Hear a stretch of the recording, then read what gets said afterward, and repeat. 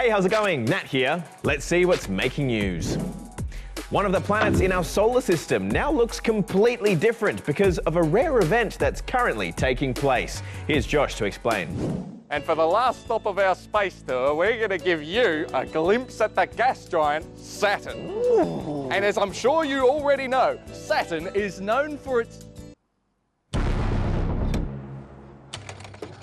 The rings are gone. Huh? The rings are gone. Yep, over the weekend, Saturn's famous rings, made up of chunks of ice and asteroid particles, officially vanished. My whole script relies on the rings. Spoiler alert, the rings are still there. This is all one big cosmic illusion that's only going to last a couple of days. And it all has to do with how Earth and Saturn are aligned right now. Let's pretend this piece of paper represents the rings of Saturn. Now the rings, despite being over 270,000 k's in length, are only around 10 meters thick. So when they tilt a certain way, they become so thin, they're almost invisible. And that is exactly what's happening up there right now. It's a big phenomenon called a ring plane crossing, and it's pretty rare. It takes 29.4 years for Saturn to orbit the Sun, and a ring plane crossing only happens twice during that time. So the next proper one won't be until 2038. But unfortunately, this one's not easy to look at, because right now, Saturn is really close to the Sun.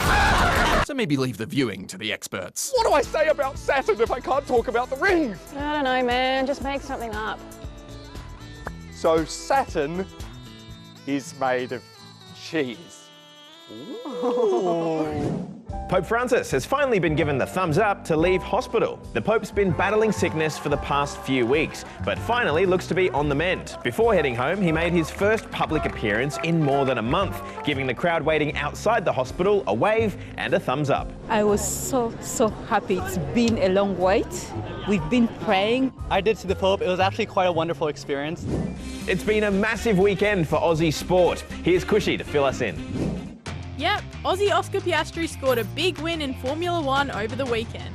Oscar Piastri wins the Chinese Grand Prix. After a tense opening to the race in Shanghai, Died to the inside, but Piastri was brave. And Piastri pulled off what some are calling a flawless performance, claiming the third major win of his career and helping his team McLaren to the top of the table.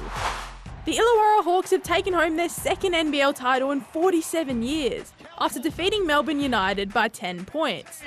all season long, the NBL championship now lives in the Gong. The NBL finals are decided by a best-of-5 series, and with the series tied at 2-2, everything was on the line in Game 5, and it was the Hawks who came out on top.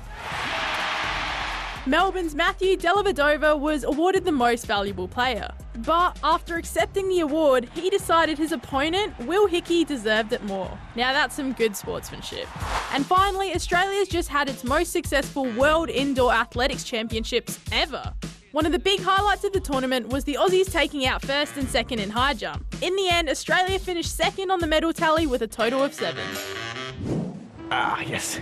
Now it's time for some stories that'll make you want to get on board. It is rather nice on board, if you'd care to join. Why, of course. First up, to the moment, a team of researchers captured an octopus hitching a ride on a shark. That's an octopus! The video has been going viral after it was published by the University of Auckland, which is currently studying ocean feeding frenzies, although this particular discovery has left them scratching their heads. Now to lights around the world going dark. Each year, everything from famous monuments to apartment blocks switch off their lights on the last Saturday of March to mark Earth Hour. Earth Hour started back in 2007 to encourage people to think more about ways they can help the environment. And finally, to an animal shelter in the US, offering some pretty unique dog breeds. What's this? It's a teacup werewolf. A Himalayan fur goblin. It's a snacklejack. We got them too. Adrian here runs a popular TikTok page, giving dogs made-up breed names to help them get the attention they need to get adopted. And the best part is... It's working. If that works for your shelter too, do it. Because it's funny and it gets dogs seen that have been overlooked for a long time. That's all from us. Catch you later.